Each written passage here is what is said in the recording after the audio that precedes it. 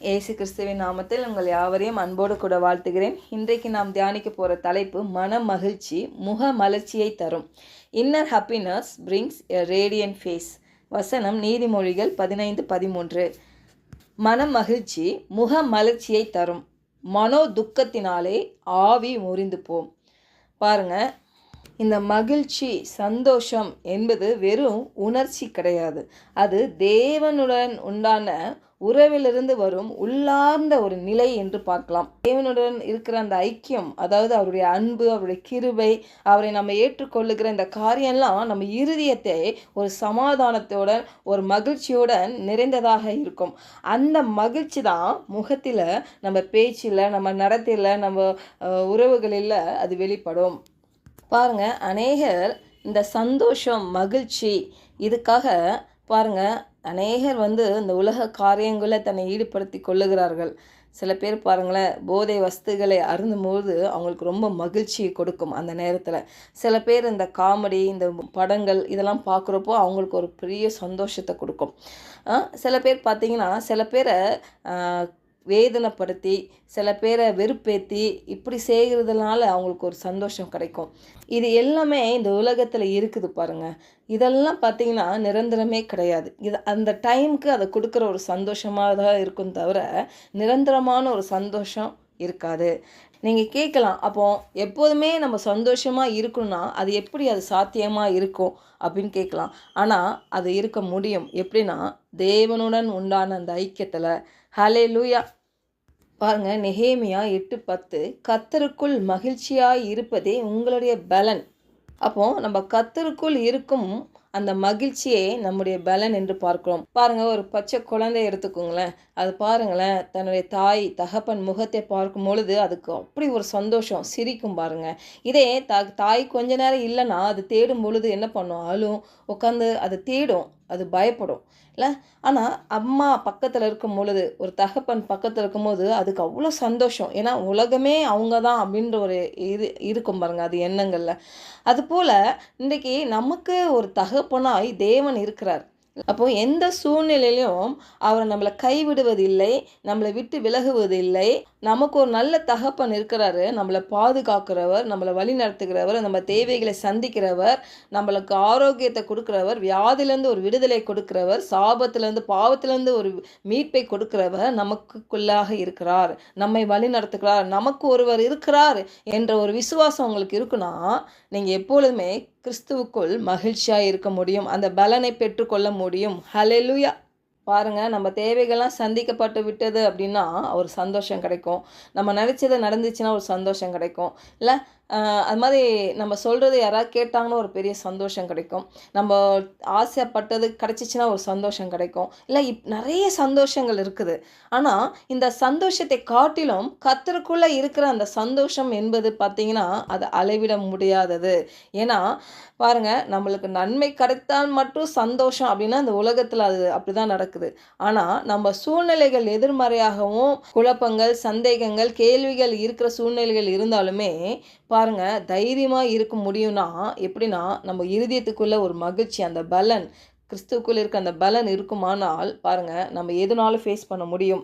வேதத்தில் கூட பாருங்களேன், அப்போஸ்தலர் 16:22-34 வரைக்கும் நீங்கள் வாசித்து பார்த்தீங்கன்னா, பவுலும் சீலாவும் சிறைச்சாலையில் இருக்கிறாங்க.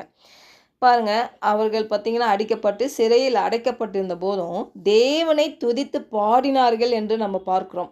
எப்படி ஒரு மனுஷனால், அதுவும் இப்போ இருக்கிற சிறைச்சாலை மாதிரி கிடையாது. அந்த காலத்தில் பார்த்திங்கன்னா ஒரு குகை மாதிரி இருக்கும், இருட்டாக இருக்கும் இல்லை.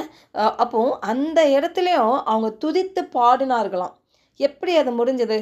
அப்போது அந்த கர்த்தருக்குள்ளே இருக்கிற அந்த உறவு, அந்த கர்த்தருக்குள்ளே இருக்கிற அந்த ஐக்கியம் தான் அவங்களுக்கு அந்த பலனை கொடுத்தது பாருங்கள். அந்த சூழ்நிலைகளை அவங்க பார்க்கல. அந்த சூழ்நிலைகளை காட்டிலும் பெரிய தேவன் நமக்குள் இருக்கிறார் என்ற ஒரு வெளிச்சம் அவங்களுக்குள்ளாக இருந்ததுனால தான் அவங்களால துதித்து பாட முடிந்தது. ஹல்லேலூயா. அப்போது அவங்களுடைய மகிழ்ச்சி சூழ்நிலையை சார்ந்ததல்ல, அது கிறிஸ்துவில் இருந்தது.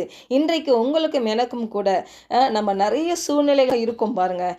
எந்த சூழ்நிலையிலும் கர்த்தருக்குள்ளாக நான் இருக்கிறேன் இல்லை, கிறிஸ்துக்குள்ளாக நான் இருக்கிறேன், கிறிஸ்துவின் அன்பை விட்டு என்னை பிரிக்காது, அப்போ நான் அந்த நிலையுள்ள அந்த அன்பில் நான் தங்கி இருக்கிறேன் இல்லை? அப்போ எந்த சூழ்நிலையிலும் தேவன் என்னோடு கூட இருக்கிறார். அப்போ எதிர்மறையான சூழ்நிலைகள் இருந்தாலும் எனக்குள் இருக்கிறவர் பெரியவர். ஹல்லேலூயா. பாருங்க, அதை இவங்க கிறிஸ்துக்குள்ளே இருந்தனால தான் பாருங்க அந்த சிறைச்சாலையில் அவரை துதித்து மகிழும் பொழுது அதிர்வு உண்டானது பாருங்க. அப்போ கதவுகள், சிறைச்சாலை கதவுகள்லாம் திறக்கப்பட்டன. அப்போ இந்த காவலாளி நினைச்சிட்டாரு இவங்கெல்லாம் தப்பிச்சுட்டு போயிட்டாங்க, அவ்வளோதான், நம்மளுக்கு இனி சோலி முடிஞ்சிருச்சு அப்படின்னு சொல்லிட்டு தன்னைத்தானே மாய்த்து கொள்ள வேண்டும் என்று நினைக்கும் பொழுது பாருங்க பவுல் சொல்றாரு, நாங்கள் இங்கே தான் இருக்கிறோன்னு. பாருங்க, அவருக்கு அவ்வளோ ஆச்சரியம்.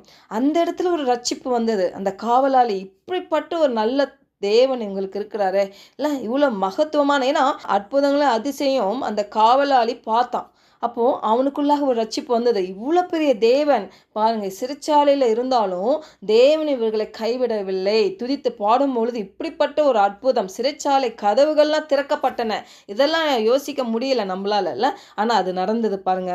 அப்போ எந்த எதிர்மறையான சூழ்நிலையில கூட நம்ம யோசித்து பார்க்க முடியாத ஒரு காரியம்லாம் நமக்கு நடக்கும். ஹல்லேலூயா. அப்போ அந்த காவலாளியும் அவரது குடும்பமும் ரட்சிக்கப்பட்டு ஞானஸ்தானம் பெற்றார்கள் என்று பார்க்கிறோம். அப்போ பாருங்க, தேவனுடைய வார்த்தையில தான் பாருங்க அந்த நல்ல மகிழ்ச்சி இருக்குது. நீதிமொழிகள் 17:22, மன மகிழ்ச்சி நல்ல ஔஷதம், முறிந்த ஆவியோ எலும்புகளை உலர பண்ணுமா. அப்போனா மன மகிழ்ச்சி ஒரு நல்ல மெடிசன், ஒரு நல்ல மருந்து என்று சொல்லுகிறார்கள், இல்லை? நிறையா மருத்துவத்தில் கூட சொல்லுவாங்க. பாருங்கள், நான் நிறைய ஹாஸ்பிட்டலில், ப்ரைவேட் ஹாஸ்பிட்டலில் பார்த்துருக்கேன். செப்பரேட்டடாக டிவி இருக்கும் பாருங்கள், அந்த இடத்துல காமெடி போட்டு பார்ப்பாங்க. ஏன்னா சிரிங்க, அட்லீஸ்ட் அப்படியாவது நீங்கள் சிரிங்க அப்படின்ட்டு காட்டுவாங்க பாருங்கள். ஏன்னா அந்த மன மகிழ்ச்சி அதெல்லாம் ஒரு டெம்ப்ரவரி, அது உள்ளேருந்து வர சிரிப்பு கிடையாது. அது வெளியே அங்கே காட்சிகளை பார்த்து அந்த சென்ஸில் வர சிரிப்பு. ஆனால் உள்ளேருந்து வருகிற மகிழ்ச்சி எதுனா கர்த்தருடைய வார்த்தை, தேவனுடைய வார்த்தை, தேவனுடைய ஒரு ஐக்கியம் பாருங்கள். அந்த அன்பு, அவருடைய அன்பு நமக்குள்ளே ஊற்றப்படும் பொழுது நம்மளுக்கு பாதுகாக்கிற ஒருத்தர் இருக்கிறாரு. அவர் தூங்குவதும் இல்லை உறங்குவதும் இல்லை என்ற ஒரு நம்பிக்கை, அந்த விசுவாசம் இருக்கும் பொழுது அந்த மகிழ்ச்சி தானாக பாருங்க வருகிறது. அந்த மன மகிழ்ச்சி தான் அது நல்ல ஒரு மருந்தாக இருக்கிறது. அவருடைய வார்த்தை தான் மருந்து, அவருடைய வார்த்தை தான் நமக்கு மருந்தாக இருக்கிறது. ஹல்லேலூயா. ஒருவேளை உங்கள் இருதயத்தில் பயம், குற்ற உணர்வு, இல்லை ஒரு அவிசுவாசம் இந்த சூழ்நிலையிலால் நீங்கள் இருப்பீர்களானா இன்றைக்கு விட்டு கொடுங்க. தேவன் முதலில் நம்ம இருதயத்தை மாற்றுகிறார் பாருங்க, அதுக்கப்புறம் தான் நம்ம வாழ்க்கை மாறுகிறது. நம்ம இருதயத்தை முதல்ல மாற்ற வேண்டும் என்றால் தேவனுடைய வார்த்தை நாம் இருதயத்தை நிரப்ப வேண்டும். அதன்படி நடக்க நம்மளை விட்டு கொடுக்க வேண்டும். எந்த சூழ்நிலையிலும் பாருங்க, என்னை விட்டு விலகாதவர் ஒருத்தர் இருக்கிறார், அவருக்குள்ள நாம் எப்பொழுதும் மகிழ்ந்து களி கூறுவேன் ஹல்லேலூயா என்று தீர்மானம் எடுங்க. பாருங்க, உள்ளக்குள்ள உங்களுக்கு அந்த மகிழ்ச்சி, அந்த நம்பிக்கை இருக்கும் பொழுது உங்கள் முகம் மலர்ச்சியை தரும். சொல்லுவாங்க தெரியுமா, அகத்தின் அழகு முகத்தில் தெரியும். அப்போ அகத்தில் அழகு எப்படி வரணும்னா கிறிஸ்துவின் வார்த்தைக்குள்ளாக, கிறிஸ்துவின் ஐக்கியத்தில் தான் இருக்குது. ஹல்லேலூயா. ஜெபிக்கலாம். பரலோக தகப்பனே, இந்த காலை வேளையில் எங்களோடு நீர் இடைப்பட்டதுக்காக உமக்கு நன்றி செலுத்துகிறோம். ஆண்டவரே, மகிழ்ச்சியான உள்ள முகத்தை மலர செய்கிறதுப்பா.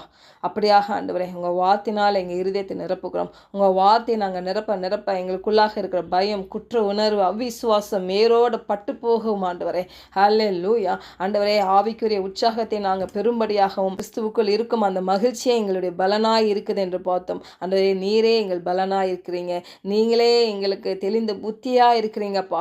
அப்பா, எந்த சூழ்நிலையிலும் ஆண்டவரே கிறிஸ்துவுக்குள் நாங்கள் நிலைத்திருக்கும்படி எங்களை விட்டு கொடுக்கிறோம். பரிசுத்த ஆவியானவர் அப்படியாக எங்களை வழிநடத்தும்படி இயேசுவின் நாமத்தினாலே ஜெபிக்கிறோம் நல்ல பிதாவே. ஆமென்.